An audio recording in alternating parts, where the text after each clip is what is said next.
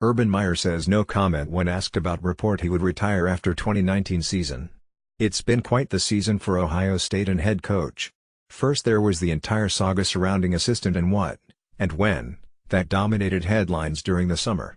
That led to an eventual 3-game suspension and rumors that interim coach/offensive coordinator with the school after a good start to the season.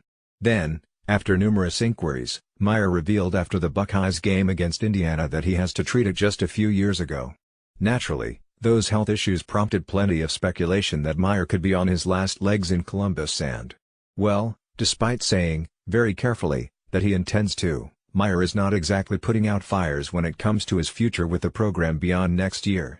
A report on Meyer had informed athletic director that he would not be coaching the Buckeyes beyond the 2019 season and that he would address his future after the team's Big Ten title game on Saturday night.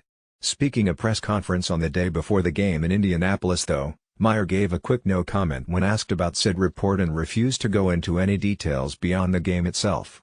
While other head coaches certainly would have seized upon the opportunity to deny a report like that, something Meyer did quite a bit this past summer, it's a bit interesting that he chose to simply no comment his way out of the situation.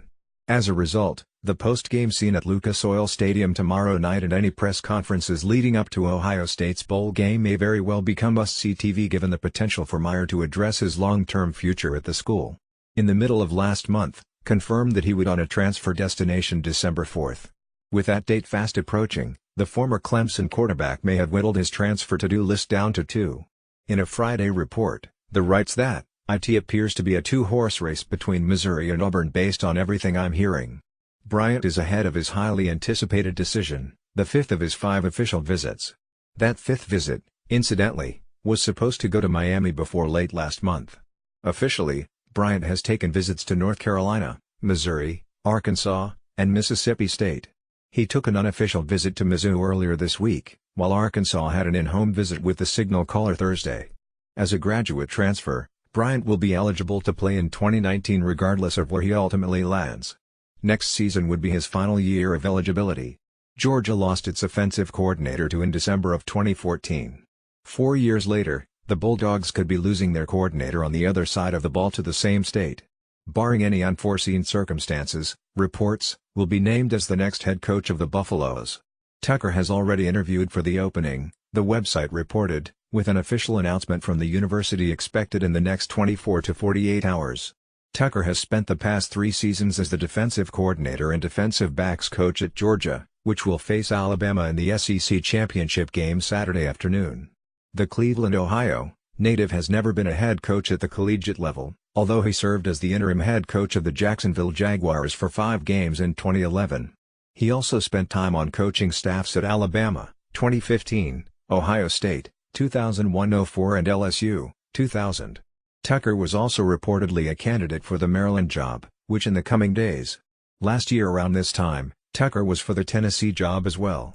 Oregon defensive coordinator was also to replace, who was after 6 seasons with the Buffaloes. For the 3rd straight off-season, and the 4th time overall in that span, could be forced to replace his offensive coordinator in the coming weeks. According to Maryland will conduct interviews with at least 3 finalists Sunday and on into Monday for its head coaching job, Alabama offensive coordinator, Michigan quarterbacks coach/passing game coordinator and Maryland interim head coach/offensive coordinator. Though, essentially narrows the field to 2 as the newspaper reports that Locksley and Hamilton are the frontrunners to fill that vacancy. According to, a decision on a new head coach could be made by the middle of this coming week. A hiring of Locksley, in his first season as the top-ranked Tides coordinator, would certainly serve as a homecoming. After a playing career at Towson State, Locksley served 2 different stints with the Terps, 1997 to 2002 as running backs coach/running game coordinator and 2012-15 as coordinator-running backs coach. He also was named as interim head coach when Randy Edsall was fired in October of 2015.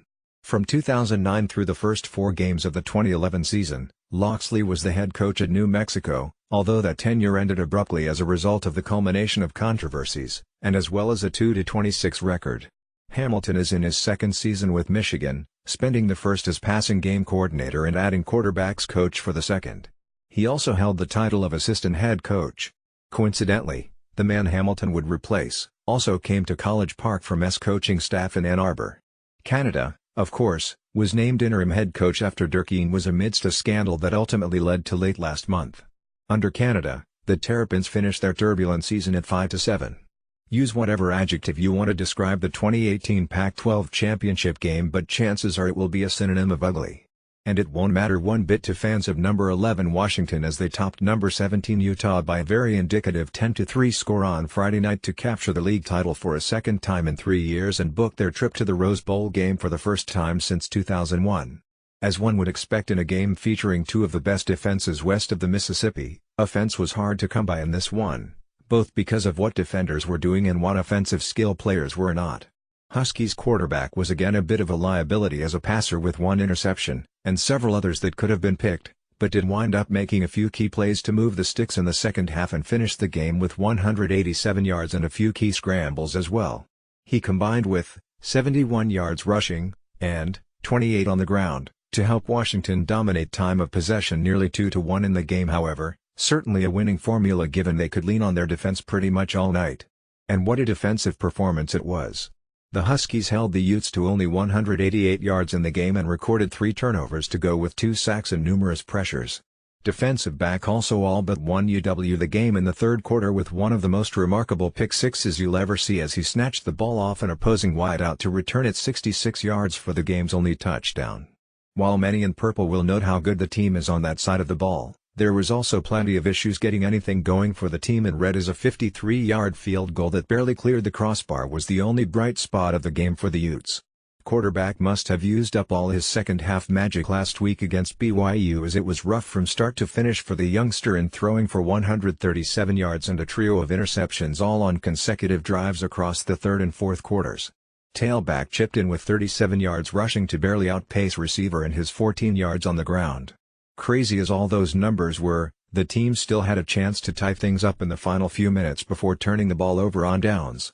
While the ending wasn't quite what Utah wanted at Levi's Stadium, it was still a remarkable campaign for as he guided his team to their first South Division title, a victory over their in-state rival and a 9-4 record in the regular season despite losing their entire starting backfield down the stretch. Washington will wind up with the ultimate prize in the end, however, doing just enough on offense to eke out the victory and capture the school's second Pac-12 championship under head coach. While the league was knocked out of the college football playoff weeks ago, a trip to Pasadena is nothing for any of these schools to overlook and will be a very welcome sight at the beginning of next year when the Huskies take the field at the Rose Bowl for the first time in 18 years. Let's just hope UW can figure out an offense between now and taking the field against Northwestern, Ohio State or Michigan in January.